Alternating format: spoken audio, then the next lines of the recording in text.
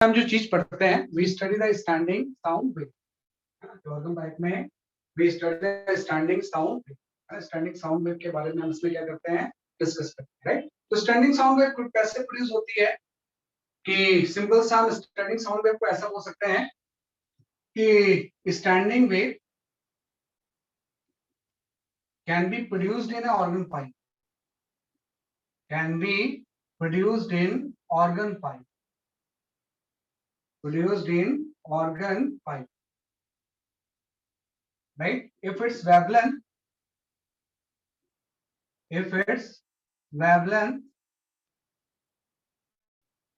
match with, right, length of pipe,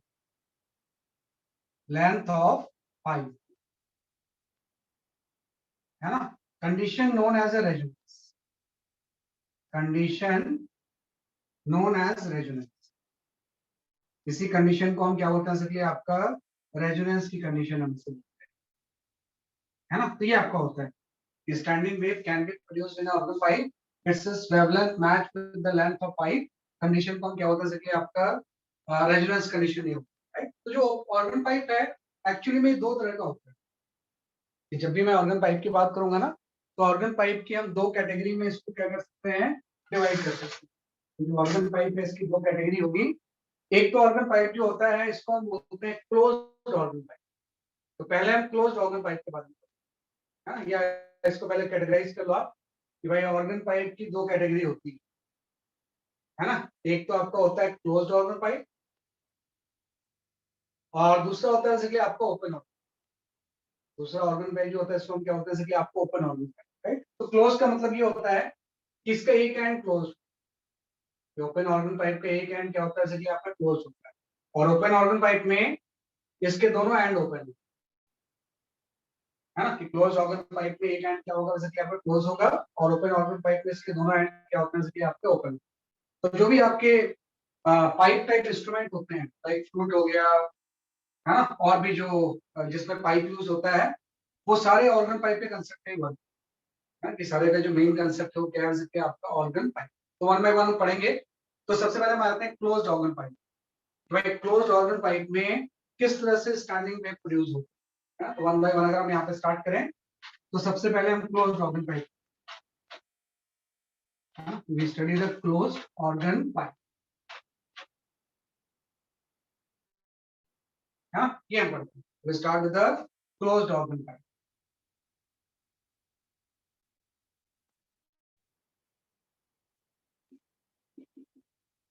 है ना। तो जो आपका क्लोज्ड ऑर्गन पाइप होता है वो सिंपल सा इस तरह से होता है कि जब भी आप किसी क्लोज्ड ऑर्गन पाइप की बात करोगे तो इसमें कंसेप्ट सिंपल सा है कि ये आपका एक पाइप है जिसका कि एक एंड क्या होगा जैसे आपका क्लोज्ड है, हाँ, और इसकी लेंथ आपको एल ले लो। इसकी लेंथ कितनी है बेसिकली आपकी पाइप की एल, और इसका एक एंड क्लोज है, दूसरा एंड क्या है बेसिकली आपका ओपन है, और इसके अंदर ऑब्वियस बात है कि कोई मीडियम है ना। एयर पार्टिकल वाइब्रेट करते हैं, कैसे प्रोड्यूस होते हैं ये आपको समझ कि कैसे इसमें क्लोज ऑर्गन पाइप में स्टैंडिंग में प्रोड्यूस होता है। तो उसमें कैसे होता है कि कोई भी ट्यूनिंग फॉर्क आप ले लो, इस तरह से कोई नॉन फ्रिक्वेंसी का क्या है आपका ट्यूनिंग फॉर्क, और इस ट्यूनिंग फॉर्क को इस तरह से वाइब्रेट करो, है ना। तो क्या होता है वाइब्रेट जैसे करेंगे ना, यहाँ से इस तरह से वेव आगे जनरेट कि भाई साउंड वेव इस तरह से, लॉन्गिट्यूडिनल वेव इस तरह से क्या होती है, ट्रेवल करती है, और जब ये क्लोज एंड पे स्ट्राइक करेगी तो वापस आएगी।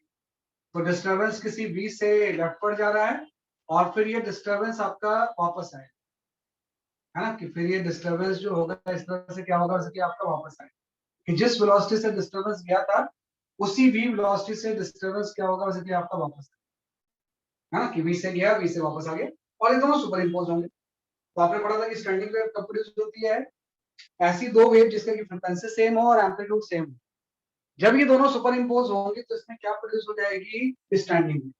अब ये स्टैंडिंग वेव जब प्रोड्यूस होती है तो ध्यान रखना कैसे प्रोड्यूस होगी, कि स्टैंडिंग वेव में तो सिर्फ ऑसिलेशंस होते हैं, कि जब इसमें वही बात है स्टैंडिंग, जब स्टैंडिंग वेव का जो वेवलेंथ होगा इसकी नेचुरल फ्रीक्वेंसी से मैच कर, हाँ, कि नेचुरल फ्रीक्वेंसी से मैच कर जाएगा तो उसमें क्या प्रोड्यूस हो जाएगी, स्टैंडिंग वेव। तो कैसे प्रोड्यूस होगी कि जो क्लोज्ड एंड होता है ये आपका होता है डिस्प्लेसमेंट नोड,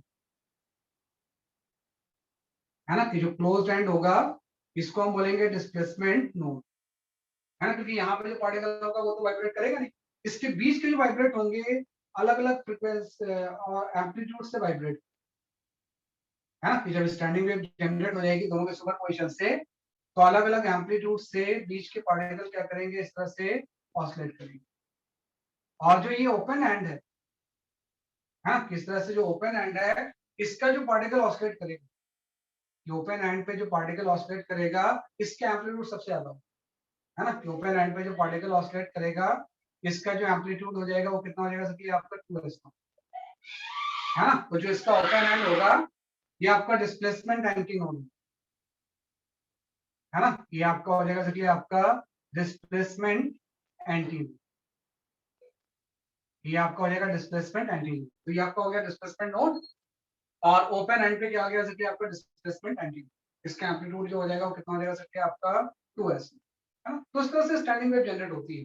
भाई यहाँ पे 0, ये नोड तो रेस्ट पे रहेगा, लेकिन बीच वाले पार्टिकल ऑसिलेट करेंगे अलग अलग एम्पलीट्यूड, और इसका एम्पलीट्यूड का ऑसिलेशन मैक्सिमम हो जाएगा, इसको हम बोलेंगे डिस्प्लेसमेंट एंटी। तो क्लोज्ड एंड पे नोड बनता है और ओपन एंड पे क्या हो जाएगा सर आपका डिस्प्लेसमेंट एंटी, है ना। अब ये देखो, ये तो जस्ट मैंने क्या है ना कि एक्चुअल में तो ऐसे ही बनता है, फिर सिंबॉलिकली हम इसको डिफरेंटली शो करते हैं। भाई इसको जैसे सिंबल बनाया ना कि वैसे तो इसमें सब चीजें लॉन्गिट्यूडनल होती है, लेकिन क्योंकि हम ट्रांसवर्स जैसा इसको समझना चाहते हैं तो हम सिंबॉलिकली इसको ऐसा बना देते हैं कि इस क्लोज्ड ऑर्गन पाइप में जो स्टैंडिंग वेव जनरेट हो रही है वो आपकी इस तरह से होगी, है ना, ये जस्ट एक सिंबॉलिकली होता है, कोई भी चीज इसमें ट्रांसवर्स डायरेक्शन में ऑसिलेट नहीं करती। यहाँ पे क्या किया, यहाँ पे 0 था, इसके एम्पलीट्यूड को इस तरह से ट्रांसवर्स में शिफ्ट किया, इसके एम्पलीट्यूड को भी इस तरह से ट्रांसवर्स में ग्राफिकली प्लॉट करिए, है ना, ताकि सिंबॉलिकली हम प्लॉट करें। तो इस तरह से बोलने का मतलब ये है कि लॉन्गिट्यूड वाइब्रेशन अभी भी लॉन्गिट्यूडनल हो रहा है, जस्ट ग्राफिकली हम इसको इस डायरेक्शन में शो कर रहे हैं, मतलब इस डायरेक्शन में हम क्या चीज शो कर रहे हैं, जैसे आपका एस नॉट, कि इसका डिस्प्लेसमेंट 0 है, जैसे जैसे राइटवर्ड जाएंगे डिफरेंट डिफरेंट पॉइंट का डिस्प्लेसमेंट अलग है, और जो ओपन एंड पे पाइप होगा उसका डिस्प्लेसमेंट क्या हो जाएगा, जैसे आपका 2s है ना, तो हम बोलेंगे ये जो क्लोज्ड एंड है ये आपका हो जाएगा डिस्प्लेसमेंट नोड, ये आपका हो जाएगा डिस्प्लेसमेंट नोड, है ना, और जो ओपन एंड है ये आपका हो जाएगा डिस्प्लेसमेंट एंटी, है ना, ये आपका हो जाएगा डिस्प्लेसमेंट एंटी, है ना, नहीं कोई भी क्लोज पाइप है तो क्लोज एंड आपका डिस्प्लेसमेंट नोड होता है, और जो ओपन एंड होता है वो क्या होता है, आपका डिस्प्लेसमेंट एंटी नोड होता है। देखो बार बार मैं वर्ड यूज कर रहा हूँ डिस्प्लेसमेंट, वो जानबूझ के मैं यूज कर रहा हूँ, क्योंकि आपको पता है कि जो कोई भी साउंड वेव होती है उसका एक फॉर्म प्रेशर भी होता है ना, कि उसका एक फॉर्म कैसा होता है, जैसे आपका प्रेशर भी होता है, जैसे मैं वर्ड यूज कर रहा हूँ डिस्प्लेसमेंट, ऐसी प्रेशर के टर्म्स में भी चीजें आती है ना, pressure node and pressure anti node भी हो जाएगा, जैसे ये तो मैंने बोला डिस्प्लेसमेंट है, क्योंकि आप पता है प्रेशर के फॉर्म में जब इसको बनाओगे तो उल्टा बना, है ना, ये जो चीज होगी ये क्या हो गया, जैसे कि आपकी डिस्प्लेसमेंट नोड, प्रेशर के फॉर्म में मतलब प्रेशर वेरिएशन कैसा होता है ना, कि भाई जब भी साउंड वेव ट्रैवल करती है तो अलग अलग प्रेशर में वेरिएशन होता है, तो अगर मैं यहाँ पे डेल्टा पी बनाऊं तो ध्यान रखना जस्ट उल्टा हो जाएगा, तो डिस्प्लेसमेंट एंड प्रेशर में π/2 का फेज डिफरेंस, जहां पे डिस्प्लेसमेंट नोड होगा वहां पे प्रेशर का एंटी नोड होगा,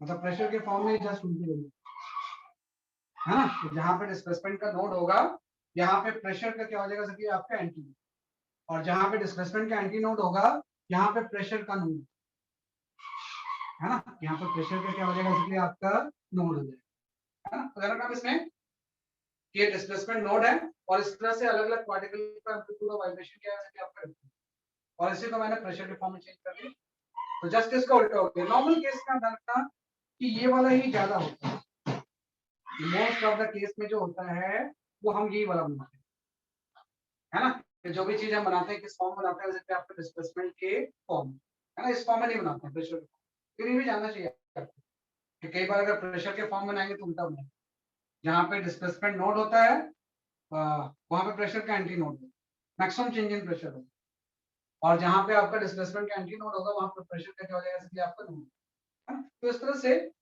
क्लोज ऑर्गन पाइप में बेसिकली आपकी स्टैंडिंग वेव जनरेट है,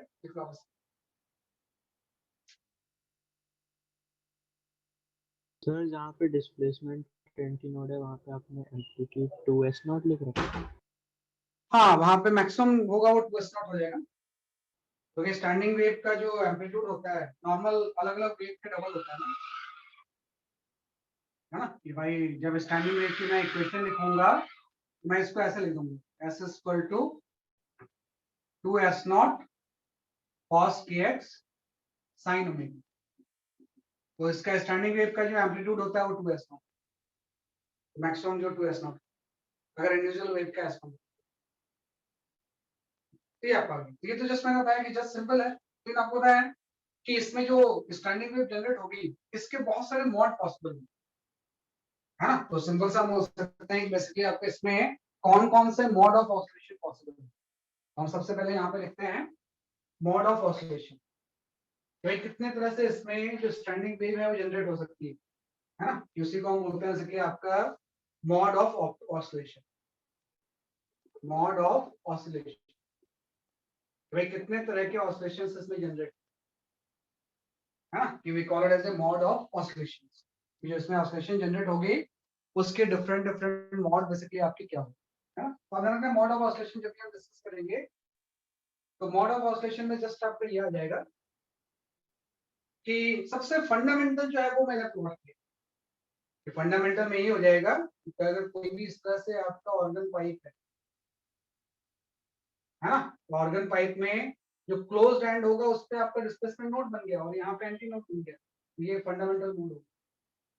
इससे मिनिमम केस पॉसिबल है, तो सबसे फंडामेंटल ये हो गया। तो इसी को हम बोलते हैं फंडामेंटल या we call it as a first harmonic, first harmonic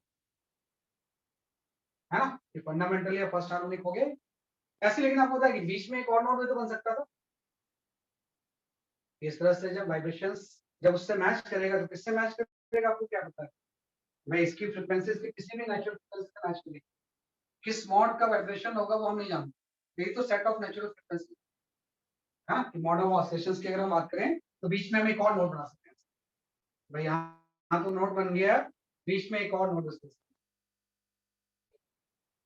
है ना, और बीच में दो नोड भी बन सकते हैं। बीच में क्या हो जाएगा जैसे आपके यहाँ पे टू नोड्स भी बन सकते हैं। इस तरह से जो मॉड्स हैं वो जनरेट हो गए है ना। कोई बात नहीं कि इसके अकॉर्डिंग इसकी वेवलेंथ चेंज होती रहेगी, इसके अकॉर्डिंग इसकी वेवलेंथ क्या होगी जैसे आपकी चेंज होगी। फॉर एग्जांपल अगर मैं बोलूं इसकी लेंथ एल है तो आपने पढ़ा था कि एक नोड और एंटी नोड के बीच में जो सेपरेशन होता है वो लैम्डा बाय 4 होता है। तो फर्स्ट वाले केस में एल की value lambda by 4 means lambda की वैल्यू क्या हो जाएगी 4 हो जाएगी है ना। जो एल की वैल्यू हो जाएगी वो क्या हो जाएगी लैम्डा बाय 4 हो जाएगी। मींस लैम्डा की वैल्यू क्या हो जाएगी जैसे कि आपकी 4 है ना। तो लैम्डा यहाँ पे 4 हो गया और एक बार लैम्डा आ गया तो फ्रीक्वेंसी आ जाएगी। फ्रीक्वेंसी वी बाय लैम्डा होता है तो वी बाय 4 होता है। तो फंडामेंटल की फ्रीक्वेंसी आपकी है।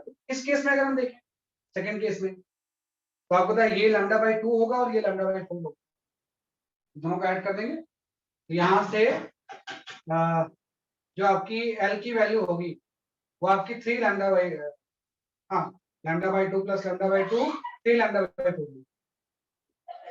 है ना। मींस लैम्डा की वैल्यू जो हो जाएगी वो 4l बाय 3 है। मींस फ्रीक्वेंसी जो होगी वो 3v बाय 4 है ना। कि फ्रीक्वेंसी की वैल्यू क्या हो जाएगी आपकी 3v बाय 4। ऐसे हम इसमें लेते हैं एल की वैल्यू इस केस में हो जाएगी 5 lambda by 2। Hope you understand, lambda by 2 lambda by 2 lambda by 4 है ना। भाई ये डिस्टेंस जो होती है वो लैम्डा बाय 2 होती है। उसके बाद ये भी क्या हो जाएगा जल्दी आपका लैम्डा बाय 2 हो जाएगा और ये वाला डिस्प्लेसमेंट जो होगा वो लैम्डा बाय 4। तो यहाँ से जो लैम्डा की वैल्यू होगी वो आपकी हो जाएगी जैसे कि आपकी 4l बाय 5। मींस जो फ्रीक्वेंसी की वैल्यू होगी ये 5p बाय 4 है ना। तो आप देखो कि अलग अलग आ गए, ये फर्स्ट हार्मोनिक हो गया। आप देखो फर्स्ट का ये 3 टाइम्स है ना, कि फर्स्ट का ये डबल नहीं जैसे सिंपल उसको होता है ना, मतलब इसमें ऑड नंबर और इसका ये 5 टाइम्स है। तो वी के बाद 3 टाइम्स आ गया फिर 5 टाइम्स आ गया, अपने आप आ रहा है जो हम कैलकुलेट कर रहे हैं। अगला 7 आ जाए है ना। तो हम इसको नाम जो देंगे ना जैसे फर्स्ट हार्मोनिक है इसमें सेकंड हार्मोनिक होता ही नहीं इसमें सीधे थर्ड हार्मोनिक आ जाएगा, ये आपका हो जाएगा थर्ड हार्मोनिक, है ना, कि सीधे फंडामेंटल का 3 टाइम्स होगा तो क्या हो जाएगा इसलिए आपका थर्ड हार्मोनिक, या इसी को हम बोलेंगे फर्स्ट ओवरटोन, है ना, किसी को हम क्या बोलेंगे इसलिए आपका फर्स्ट ओवरटोन। ऐसे ही आप देखो ये 5 टाइम्स होगी तो ये आपको हो जाएगा fifth harmonic,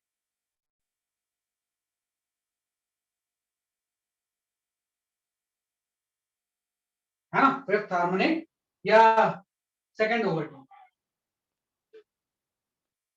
second overtone. Overtone का मतलब ये होता है कि फंडामेंटल छोड़ के पहला जो आएगा फर्स्ट होगा, फिर सेकंड हो जाएगा, और हार्मोनिक मतलब जितने टाइम्स, ये 3 टाइम्स है तो थर्ड हार्मोनिक हो गया, 5 टाइम्स है तो फिफ्थ हार्मोनिक हो गया, है ना। तो इन जनरल आप थोड़ा ध्यान दो, इसकी जो फ्रीक्वेंसी होगी एफ की वैल्यू आप लिखोगे एनबी बाई 4 है, लेकिन एन की वैल्यू हम इवन नहीं पुट सकते, एन की वैल्यू 1 पुट करेंगे, 3 पुट करेंगे, 5 पुट करेंगे, 7 पुट करेंगे एंड सो ऑन, और हम बोलेंगे close organ pipe, we simply write closed organ pipe possess only odd harmonics, odd harmonics,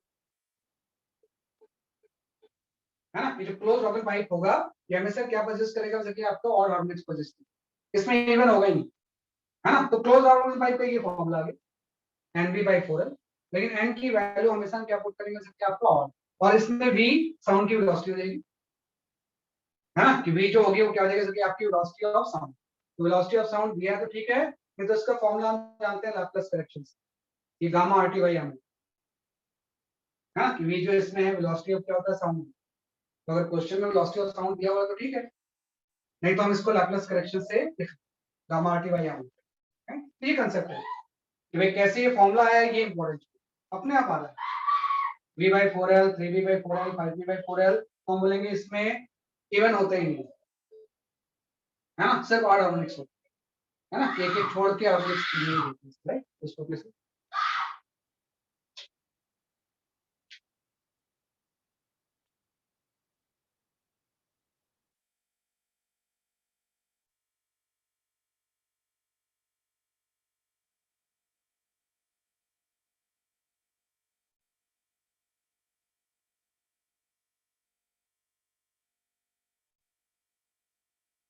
है ना, कि सिर्फ इसमें क्या होंगे, इवन नहीं होंगे, सिर्फ कौन से हार्मोनिक्स होंगे, जैसे आपके odd harmonics,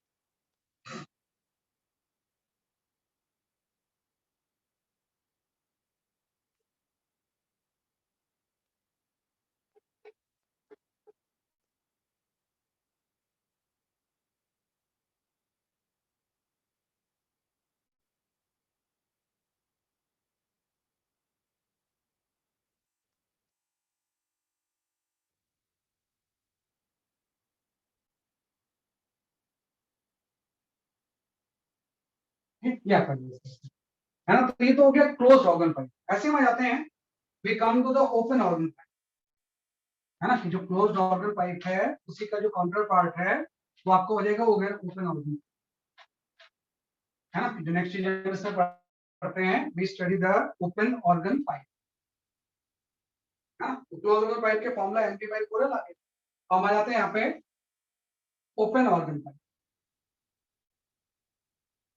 open organ pipe, कि जो ओपन ऑर्गन पाइप होगा इसकी हम बात करें, है ना। ओपन ऑर्गन पाइप का मतलब है कि इसके दोनों एंड ओपन है, वो ऐसा पाइप जिसके कि दोनों एंड ओपन होते हैं इसको हम क्या बोलते हैं, ओपन ऑर्गन पाइप, है ना। तो दोनों एंड अगर ओपन है तो आपको पता है यहाँ पे एंट्री नोड बनेगा, यहाँ पे एंट्री नोड बनेगा, तो इसका जो सबसे फंडामेंटल मॉड होगा वो ऐसा हो जाएगा कि भाई दोनों ओपन एंड पे एंट्री नोड बन गया, बीच में नोड बन गया, तो ये आपका फंडामेंटल होगा, फंडामेंटल। अगला जो होगा बीच में दो नोड बन सकते हैं, है ना, कि बीच में इस तरह से क्या बन सकते हैं, जैसे कि आपके दो नोड ऐसा, या इसका अगला जो होगा बीच में दो लूप बन जाएंगे ऐसे, है ना। कौन सा प्रोड्यूस होगा अभी आप नहीं जानते, तो डिपेंड करेगा एक्सटर्नल फ्रीक्वेंसी क्या है, भाई ये नेचुरल फ्रीक्वेंसीज इसको कई बार हम बोलते हैं कि इसके ऑसिलेशंस की सेट ऑफ नेचुरल फ्रीक्वेंसी, किस नेचुरल फ्रीक्वेंसी से ये ऑसिलेट कर सकता है सिस्टम। तो जब एक्सटर्नल फ्रीक्वेंसीज की किसी भी नेचुरल फ्रीक्वेंसी से ऑसिलेट मैच करेगा तो उसी को हम बोलेंगे रेजोनेंस। और रेजोनेंस होगा तो एम्पलीट्यूड ऑफ वाइब्रेशन बढ़ जाता है। जब भी रेजोनेंस होगा तो एम्पलीट्यूड ऑफ वाइब्रेशन क्या होगा, इंक्रीज। ये फंडामेंटल है, वैसे हम कैलकुलेट करते हैं कि अगर ये इसकी सेल है ना, ये लैम्डा बाई 4 हो गया, ये भी लैम्डा बाई 4 हो गया, तो जो एल की वैल्यू होगी वो लैम्डा बाई 2। तो यहाँ से लैम्डा की जो वैल्यू आ गई वो कितनी आ गई, आपकी 2 एल। तो जो फ्रीक्वेंसी हो जाएगी ये v बाई 2 एल है ना, ये आपकी फंडामेंटल फ्रीक्वेंसी होगी। एसी को कई बार हम फर्स्ट हार्मोनिक भी बोलेंगे। This is known as a first harmonic है, this is simply known as a first harmonic. ऐसी किस में आ जाएगा, ये lambda by 2, lambda by 4, lambda by. तो एल की वैल्यू यहाँ पे कितनी आ जाएगी, इसलिए आपकी लैम्डा मींस लैम्डा की वैल्यू किसके इक्वल हो जाएगी, एल। तो एफ की वैल्यू हो जाएगी v बाई एल है ना। ऐसे हम इसमें आएंगे तो आपको पता है lambda by 2, lambda by 2 lambda हो जाएगा प्लस लैम्डा बाई 2 है ना। तो नॉर्मली ये यहाँ पे एल की वैल्यू 3 लैम्डा मींस लैम्डा की वैल्यू 2 एल बाई 2। तो फ्रीक्वेंसी जो होगी वो 3v बाई एल। तो आप देखो फंडामेंटल का ये डबल है, ये 3 टाइम्स है ना। मतलब इसमें जनरल चल रहा है, जैसे मैं बोलूंगा ये फंडामेंटल या फर्स्ट हार्मोनिक है तो ये सेकंड हार्मोनिक है, तो इसमें एन की वैल्यू हम 2 पुट कर सकते हैं, simply known as a second harmonic. या इसी को हम बोल सकते हैं first overtone, called as a first overtone है ना। किसी को हम क्या हो सकता है, सेकंड हार्मोनिक या फर्स्ट ओवर टू। ऐसी ये आपका हो जाएगा थर्ड हार्मोनिक।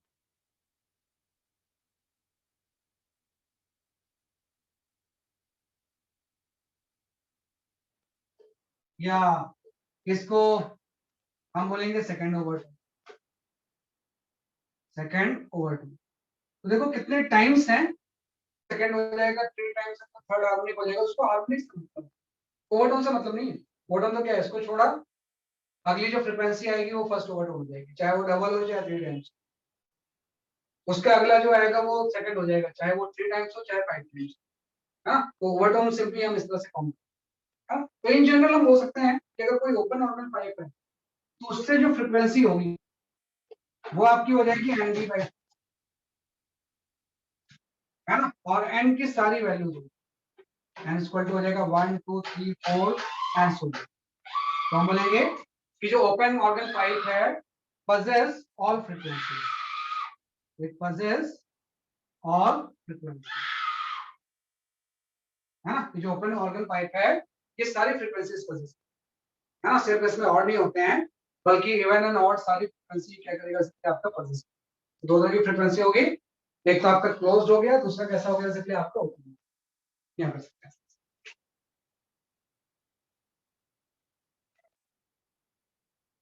है ना। तो ये अब इसमें भी वही चीज है कि v जो है वो साउंड की वेलोसिटी। ये तो देखो वही केस है जैसा हम सोनोमीटर में कर रहे थे, सेम फॉर्मेट होता है एन बाई 2, बस v का चेंज आ जाता है। v उसमें रूट टी बाई नहीं होता, इसमें v is the velocity of sound. v जो होगा वो क्या हो जाएगा, साउंड वेलोसिटी, क्योंकि इसमें साउंड वेव प्रोड्यूस हो रही है इस टाइम। और साउंड वेलोसिटी हम नॉर्मली इससे निकालते हैं, gamma R T by M से, अगर दिया हुआ नहीं है, कि अगर क्वेश्चन में नहीं दिया हुआ है gamma R T by M से साउंड की वेलोसिटी हम क्या करेंगे,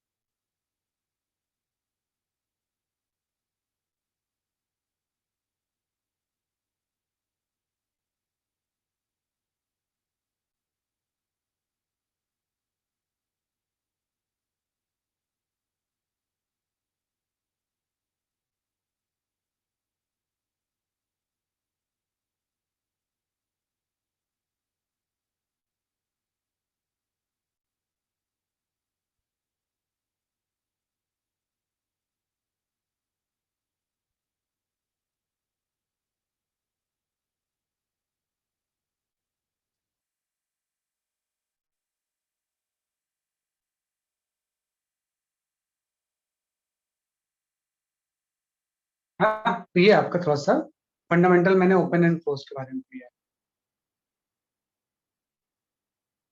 है। L equal to lambda by two कैसे आया केस वन में? तो आ जाएगा बेटा, देखो इसके आ जाएगा, क्योंकि एक आपका ये एंटी नोड है और ये आपका नोड है, और एंटी नोड और नोड के बीच में जो डिस्टेंस होता है ना, वो लैम्डा बाई फोर होता है। ये भी लैम्डा बाई फोर है ना, तो एल की वैल्यू लैम्डा बाई टू है। ऐसे केस में आपको होता है ये लैम्डा बाई फोर हो जाएगा, ये नोड और नोड के बीच का सेपरेशन लैम्डा बाई टू है, और ये वाला जो होगा ये again lambda by, ultimately L की वैल्यू लैम्डा हो जाएगी। इससे हम है ना, इससे हम क्या करेंगे, इसलिए आपको क्या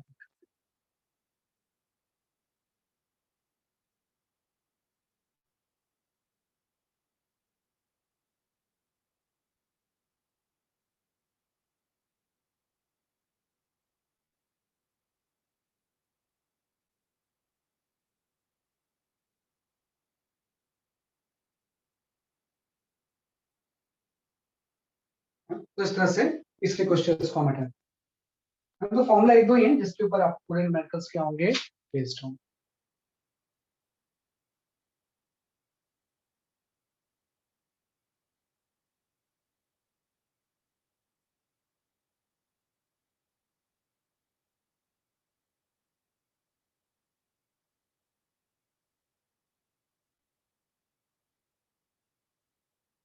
तो ये होता है open organ pipe and closed organ pipe, दोनों एक ही फ्रेम में है, सब कुछ उसके बारे में लिखा हुआ है।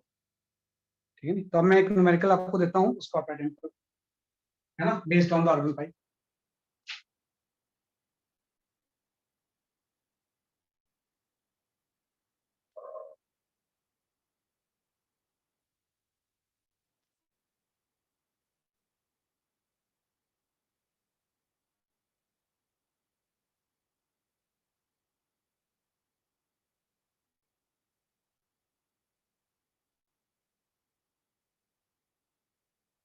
Okay, you can go for this question.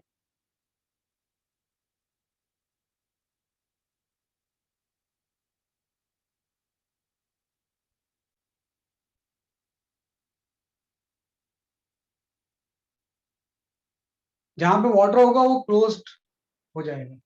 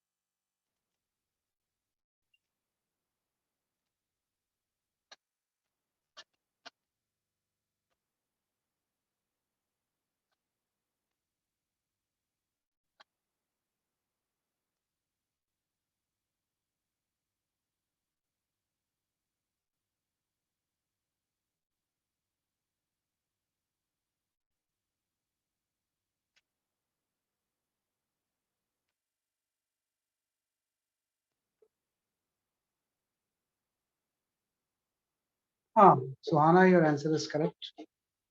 And Nihal and Ramesh, your answer is correct. सही बता ना?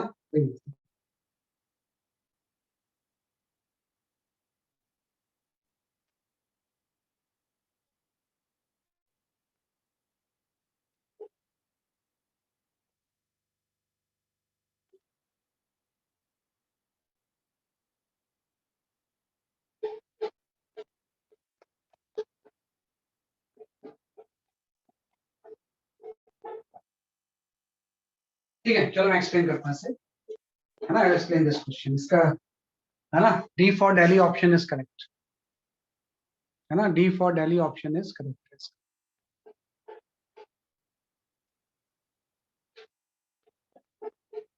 हाँ Sneha, your answer is correct. Piyush Shah, your answer is correct, है ना? सही है ना? और आसान से भी कर सकते हो.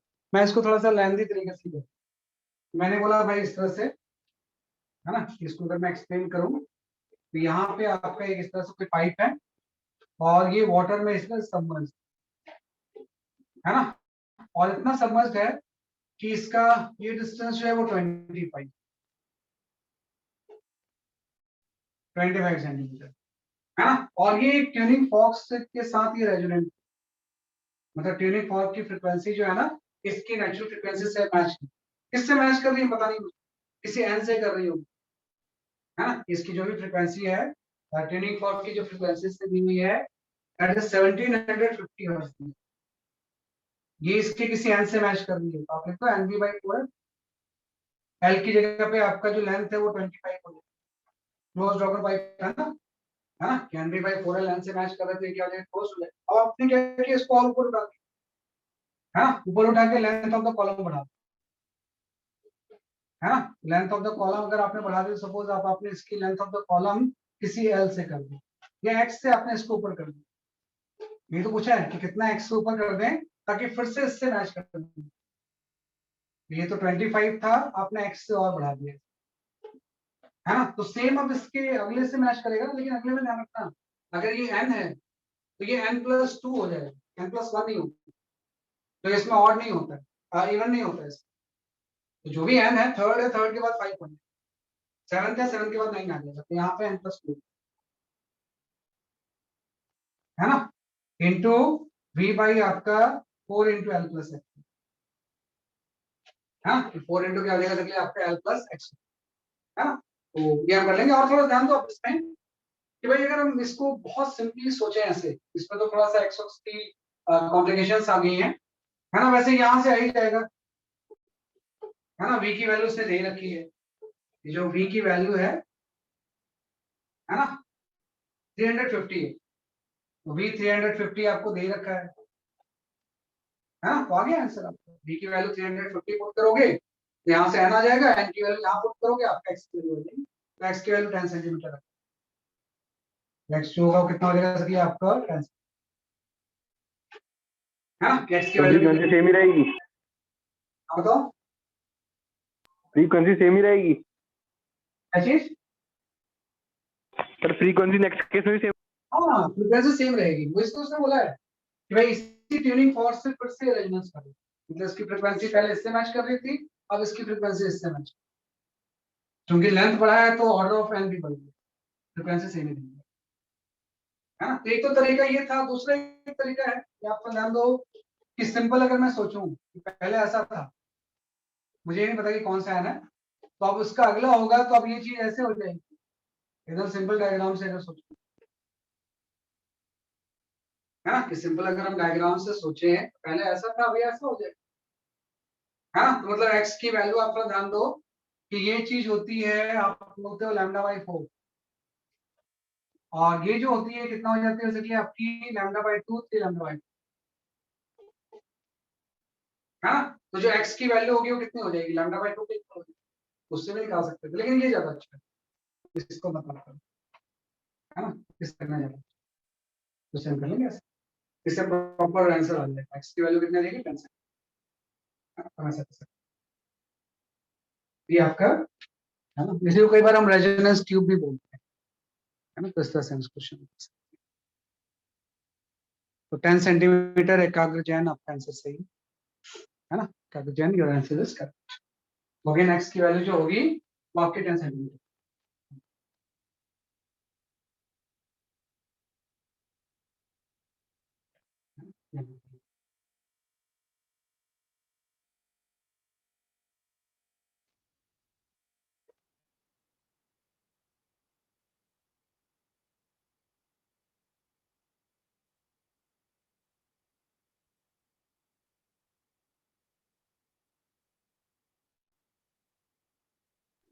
सर उसका नेक्स्ट वाले एन पे ही क्यों होगी, मतलब हाँ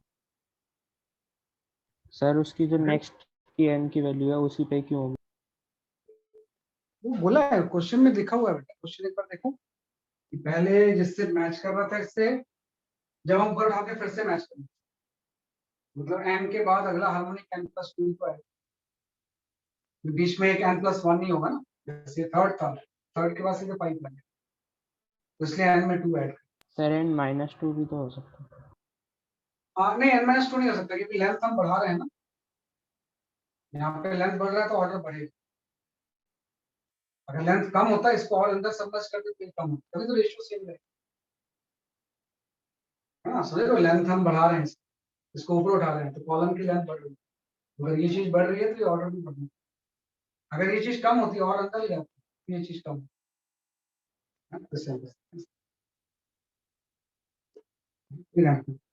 इस तरह से हमने इसको अटैक कर, क्योंकि ये क्वेश्चन है, हाँ एकदम सीधे सीधे क्वेश्चन आते हैं इसमें, कोई ऐसे बहुत कॉम्प्लिकेशंस होती हैं, लेकिन अभी फिलहाल नहीं। चलो, तो कुछ और क्वेश्चंस मैं दे रहा हूँ आज, पूरे जो है ना रिवाइज कर लेते हैं अभी तक जो भी हमने वेब में पढ़ा, थ्रू क्वेश्चंस, है ना। तो रैंडमली मैं कहीं का भी दे दूंगा, नीड नॉट नेसेसरी कि ऑर्गन पाइप पे ही, कहीं का भी क्वेश्चन में दे सकता हूँ।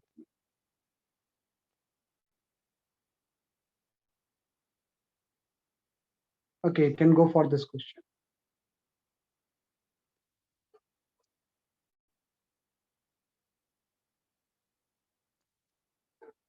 नहीं, ये कर चुके हो आप, सॉरी, ये कर चुके हो।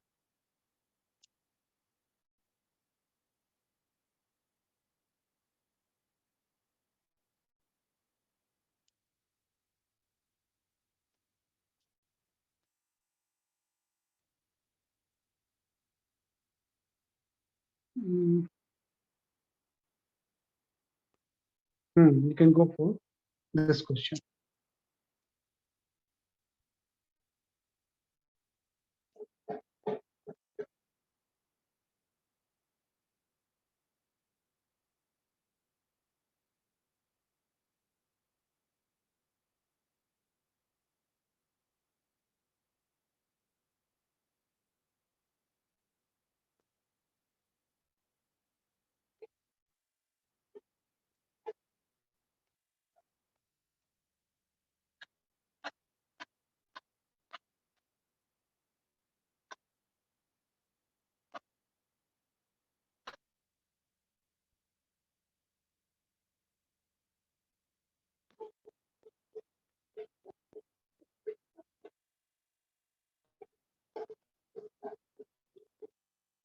ये इंटेंसिटी लेवल का क्वेश्चन है।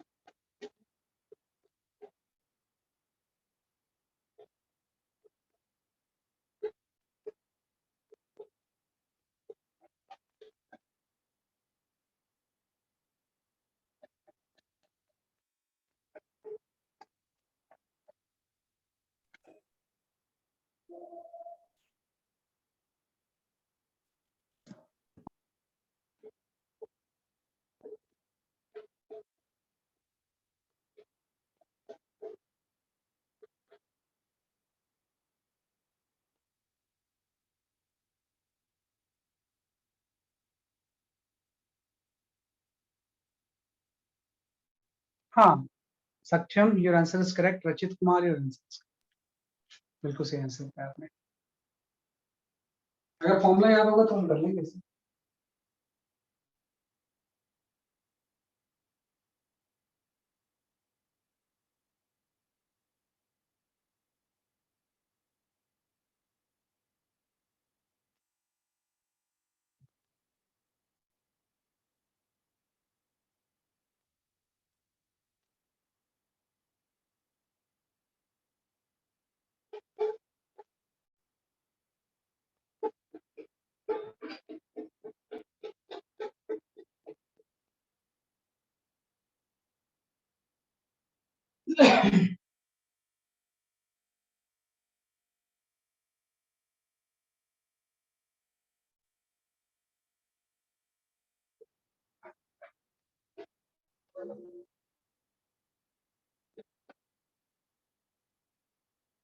Okay, I will explain. हो सकता है आपको फॉर्मूला इसका भूल गया होंगे आप।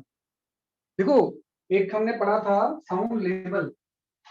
साउंड लेवल जिसकी की डेसिबल होती थी, तो उसका फॉर्मूला ये होता था ना, beta is equal to 10 log base 10 है इसका, आई बाय आई, ये होता है ना। तो सपोज इंटेंसिटी जब I1 है तो साउंड लेवल बीटा 1, हम इसको लिखेंगे 10 log of I1 bye I0। I0 तो रेफरेंस लेवल होता है। अब इंटेंसिटी चेंज होगी तो साउंड लेवल चेंज होगी बीटा 2, ये आपका हो गया 10 log of I2 bye I0, है ना। I1 इंटेंसिटी का लेवल बीटा 1 है, I2 इंटेंसिटी का लेवल बीटा 2। इन दोनों का डिफरेंस निकालो, है ना। इन दोनों का हम क्या निकाल लेंगे, beta 2 minus beta 1 equal to आपका हो जाएगा 10 log of I2 by I, है ना। यही चीज तो इसने बोला है कि जब इंटेंसिटी को हम I1 से I2 करते हैं तो इंटेंसिटी लेवल में जो चेंज होता है वो 40 डेसिबल का हो जाता है ना। मतलब बीटा 2 माइनस बीटा 2 कितना है, वैसे कि आपका 40 equal to 10 log of I2 by I, है ना। तो इसको सॉल्व करके I2 और I1 का रेशियो आ जाएगा। भाई आपने इंटेंसिटी कितने टाइम्स की होगी तो लेवल 40 होगी, टाइम्स होगी, 40 से चेंज होगी। तो यहाँ से I2 बाय I1 की वैल्यू जो आएगी ना, वो 10 टू पावर 4 हो जाएगी, है ना। कि भाई जो इंटेंसिटी जो हो गया उसका रेशियो जो आएगा यहाँ से सॉल्व करके वो 10 टू पावर 4 आ जाएगा, है ना। लेकिन इसने ये नहीं पूछा हुआ, इसने बोला हुआ है कि प्रेशर एम्पलीट्यूड को हमने कितने टाइम्स किया हुआ। तो आपको पता है इंटेंसिटी जो होती है वो एम्पलीट्यूड के स्क्वायर के डायरेक्टली, है ना। तो प्रेशर एम्पलीट्यूड को आपने कितने टाइम किया होगा, तो यहाँ से हम I2 बाई I1 को लिख सकते हैं प्रेशर एम्पलीट्यूड मतलब P02 बाई P01 का स्क्वायर, है ना। तो यहाँ से P02 बाई P01 आ जाएगा। P02 बाई P01 की जो वैल्यू आएगी वो 100 आएगी। तो इस आपका जो आंसर होगा दैट इज योर 100। कि अगर हम इंटेंसिटी प्रेशर एम्पलीट्यूड को 100 टाइम्स कर दें तो इंटेंसिटी 10 पावर 4 टाइम्स हो जाएगी। इंटेंसिटी लेवल का डिफरेंस 40 डेसिबल। तो जस्ट ये फॉर्मूला आपको है ना, इंटेंसिटी लेवल। इसके ऊपर भी कई बार आपसे क्वेश्चन तो यहाँ ये आपका गया।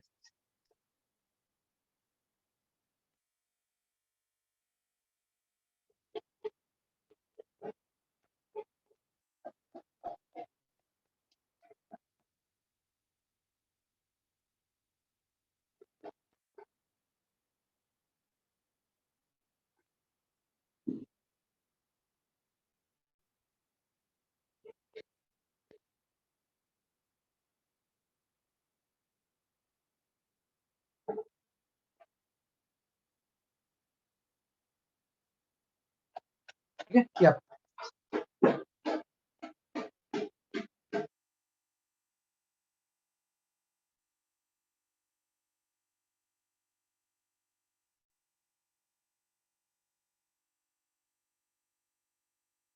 ये तो हम कर चुके थे, ये भी कर चुके थे, है ना। चलो इसके बाद ये कर लो थोड़ा सा क्वेश्चन, स्टैंडिंग वेव का बहुत अच्छा क्वेश्चन है, थोड़ा सा मुश्किल भी है, उसको जरा ट्राई करो। सोनोमीटर इसी को हम बोलते हैं, इस तरह के सेटअप को।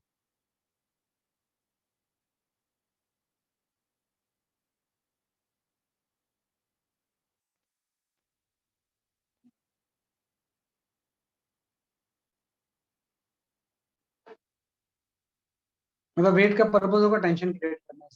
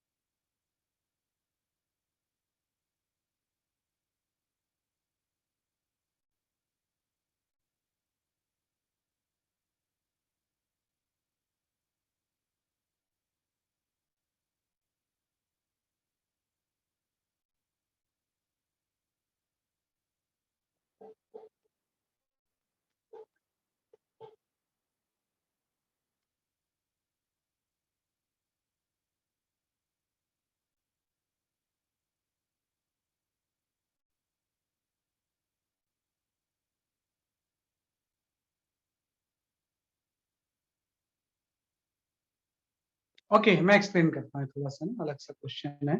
आई एक्सप्लेन दिस क्वेश्चन, आप कर लोगे बाद में। देखो कुछ नहीं था इसमें, इसमें ये बोला हुआ है। अच्छा okay okay, wait wait for diagram में बनाता हूँ। यहाँ पे फ्रीक्वेंसी है, यहाँ पे वेट है।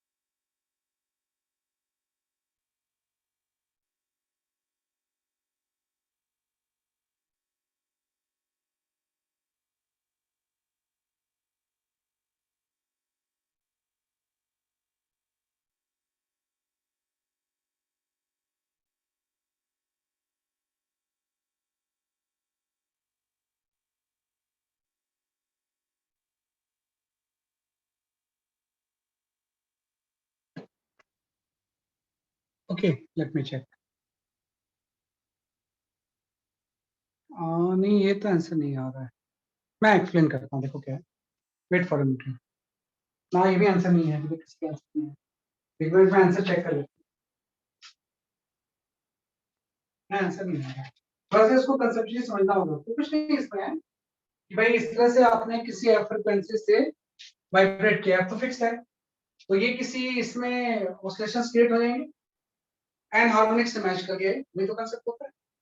भाई जब आपने मास की वैल्यू यहाँ पे 16 ली केजी, तो मास 16 होगा तो टेंशन जो क्रिएट होगी वो 116 इंटू 9.8 हो जाएगी, क्योंकि जी इसने 9.8 बोला हुआ है, इसका टेंशन की वैल्यू 9.8 लेंगे, है ना। जी इसने क्वेश्चन में 9.8 दिया हुआ है ना।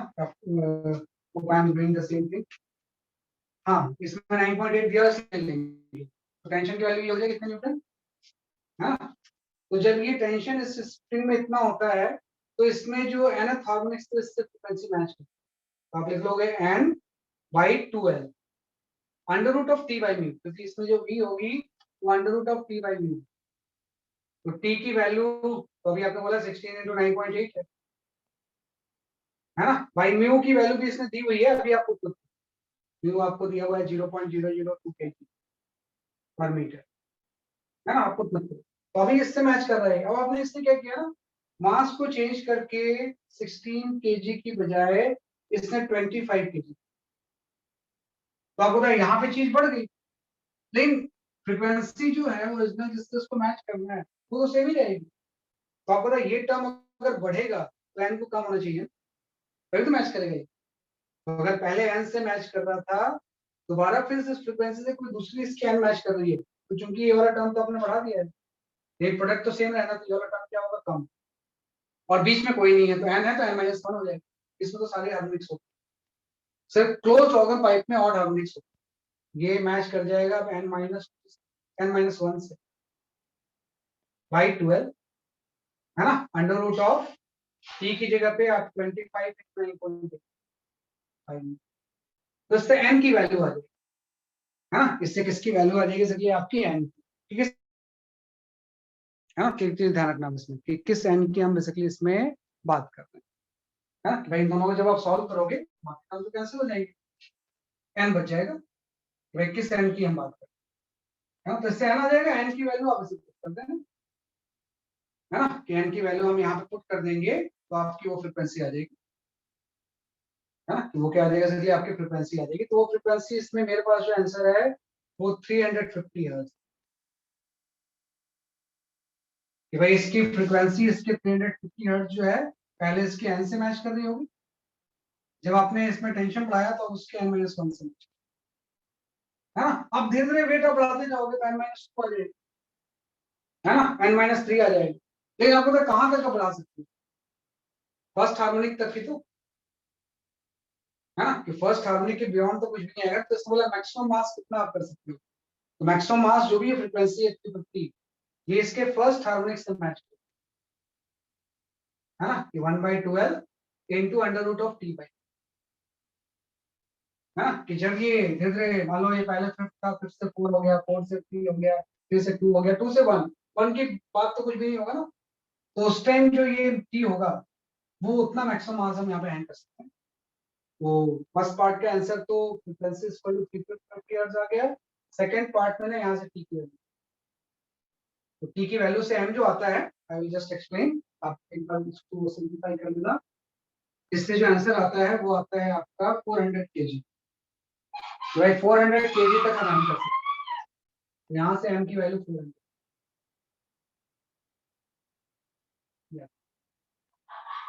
है ना, तो यहाँ पे कि 400 kg है, तो ऐसे क्वेश्चंस होते हैं, है ना, कि आपको ध्यान रखना होता है कि एन प्लस वन करना है, एन माइनस वन, क्यों माइनस किया, ये चीज अगर आपने बढ़ाया है प्रोडक्ट को अगर उसी फ्रीक्वेंसी से मैच कर, तो ये चीज कम धीरे धीरे कम होती जाएगी, लेकिन कितना कम हो सकती है, जब तक कि फर्स्ट आदमी नहीं होगी उसके से नीचे तो जा ही नहीं सकता, तो वो टेंशन जो होगा वो मैक्सिमम मास है ना, उस केस में इस तरह से फंडामेंटल बॉन्ड बन जाएगा, है ना, इस केस में क्या बन जाएगा, जैसे आपका फंडामेंटल बॉन्ड,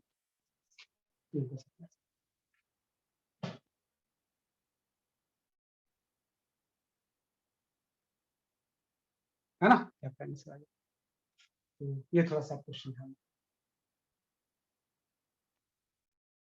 तो नेक्स्ट क्वेश्चन पे आते हैं।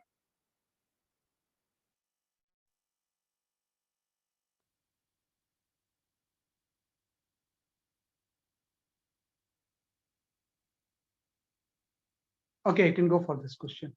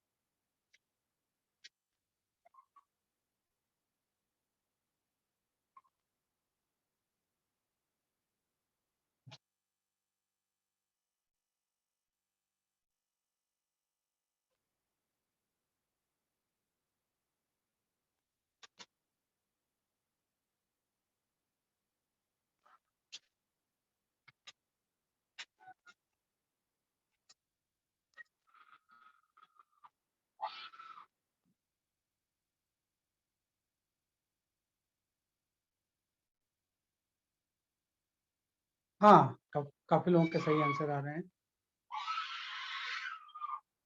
ठीक है,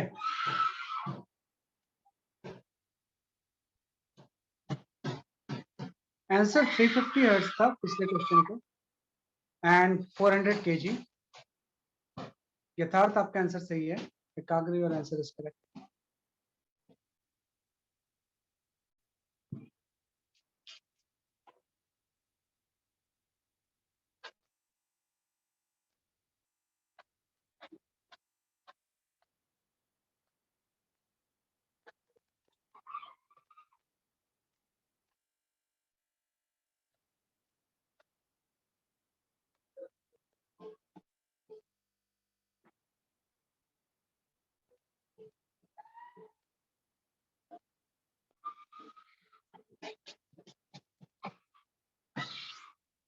रचित सही है आपका आंसर, निहाल सही है एंड कार्तिकेय त्यागी आपका भी आंसर।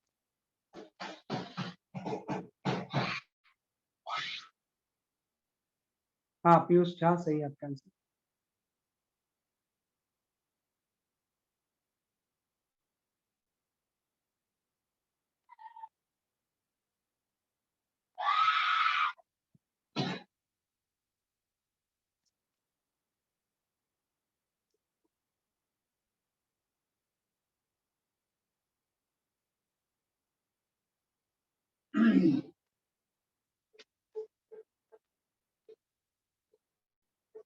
दक्ष सही है, सुहाना सही है आपका आंसर। ठीक है ना, मैं एक्सप्लेन कर देता हूँ इसे, है ना। इसमें C option is the correct option, है ना। सी ऑप्शन सही है आपका, क्योंकि वेलोसिटी ऑफ साउंड आप जानते ही हो, वेलोसिटी ऑफ द साउंड आपने अभी पढ़ा है, ये आपकी होती है gamma R T by M.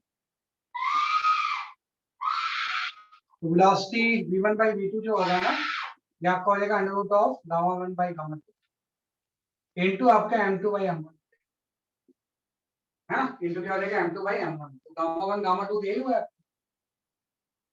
ना।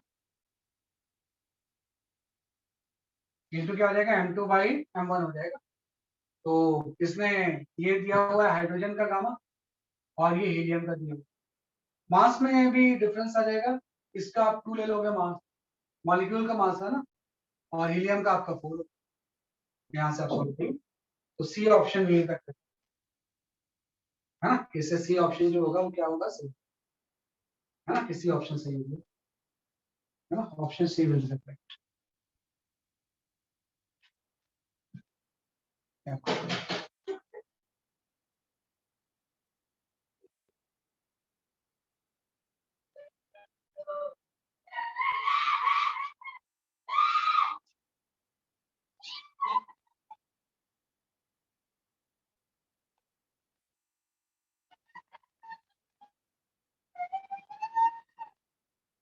Okay, you can go for this question.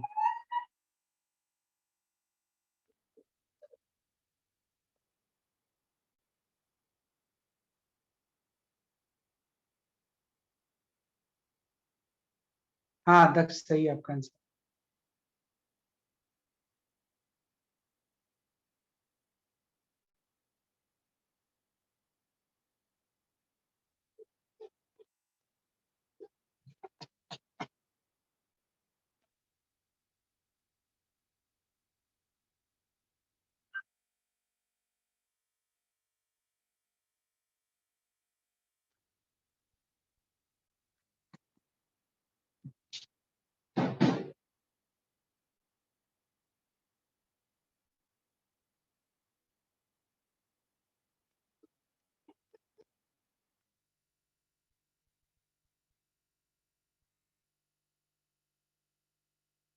हाँ सही है रमेश, आपका आंसर।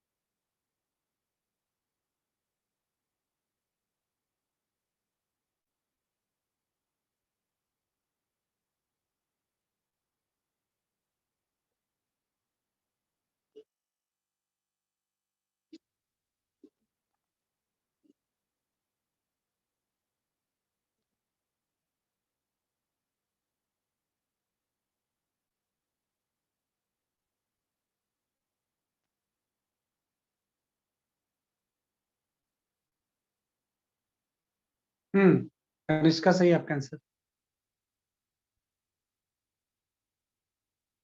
लोडिंग मतलब उसका वेट हमने बढ़ा दिया।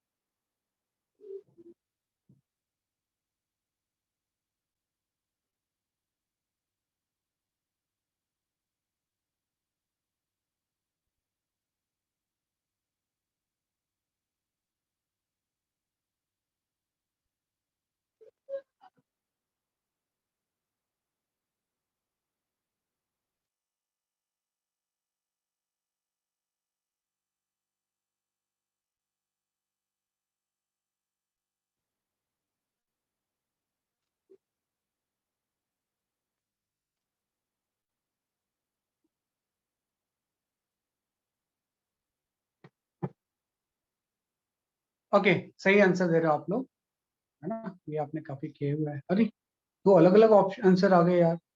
अच्छा हाँ, ए सही है, ए option सही है।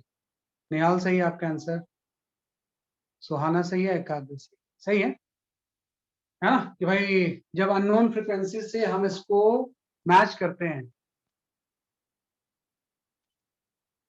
है ना, कि जब हम इसको अननोन फ्रिक्वेंसी से मैच करते हैं कि तो 100 है, तो 2 बीट आती है। 100 माइनस एफ का मॉड जो होगा वो 2 के इक्वल। यहां से ये भी हो सकता है, 100 माइनस एफ इक्वल टू भी 2 हो सकता है, एफ माइनस 100 भी 2 हो सकता है। तो इसके अकॉर्डिंग दो अलग अलग आंसर के बीच चॉइस होती है। तो इसने बोला loading with wax, loading with wax. तो जब वैक्स से लोड करेंगे ना, तो v इक्वल टू आपका होता है under root of T by mu. तो लोडिंग विथ वैक्स या सिंपल लोडिंग से म्यू बढ़ेगा, म्यू बढ़ेगा तो v कम होगा, है ना। और v कम होगा तो फ्रिक्वेंसी की वैल्यू कम होनी चाहिए। फ्रिक्वेंसी की वैल्यू भी क्या होगी, इसलिए आपकी कम होगी, क्योंकि अभी आपने पढ़ा किसी फॉर्मूले में frequency equal to N B by two L या जो भी होती है। तो v अगर कम होगा तो फ्रिक्वेंसी भी क्या होगी, कम। तो मान लो ये अननोन में हम कर रहे हैं, ये फ्रिक्वेंसी अगर कम हो रही है, इस केस में भी ये फ्रिक्वेंसी अगर कम, तो इसमें अगर कम फ्रिक्वेंसी होगी तो डिफरेंस बढ़ना चाहिए। तो 2 से 3 4 कुछ हो सकता है, इसमें अगर कम होगी तो डिफरेंस कम है, 2 से 1 हो सकता है। तो इसमें बोला है कि 1 हो जाता है, तो ये सही है। तो इसको सॉल्व करेंगे तो अननोन फ्रिक्वेंसी कितनी आ जाएगी, 102। जो अननोन फ्रिक्वेंसी होगी वो कितनी हो जाएगी, 102 हर्ट्ज।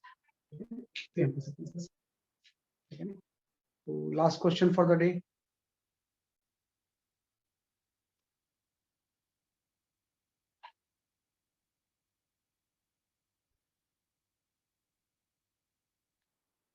चलो एकदम बेसिक से देते हैं इसे, गो फॉर दिस क्वेश्चन।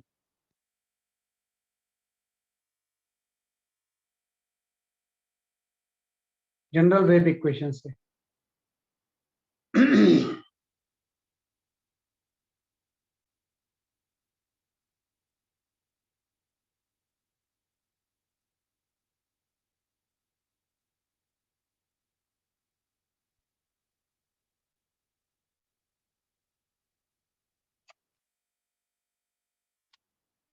बस आपका एक टॉपिक बच गया, डॉपलर इफेक्ट। वो एकदम इंडिपेंडेंट टॉपिक है, अगर पहले किसी ने वेव कुछ नहीं पढ़ा है तो भी उसको आ जाएगी, उसका पहले के वेव से कोई रिलेशन।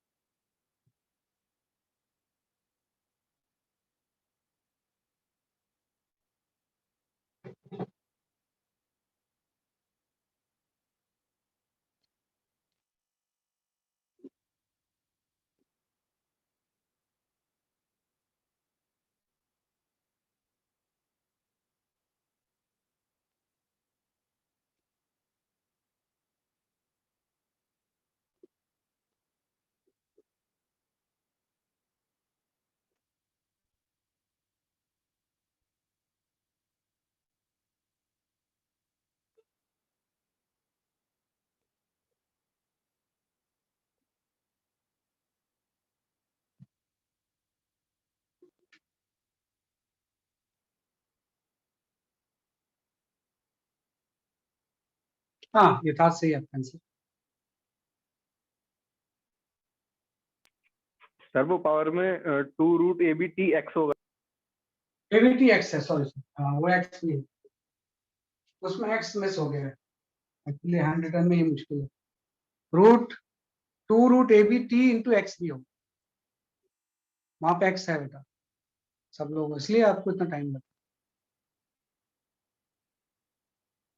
है। X square plus BT square plus 2√ABTX, T के साथ एक्स भी मल्टीप्लाई।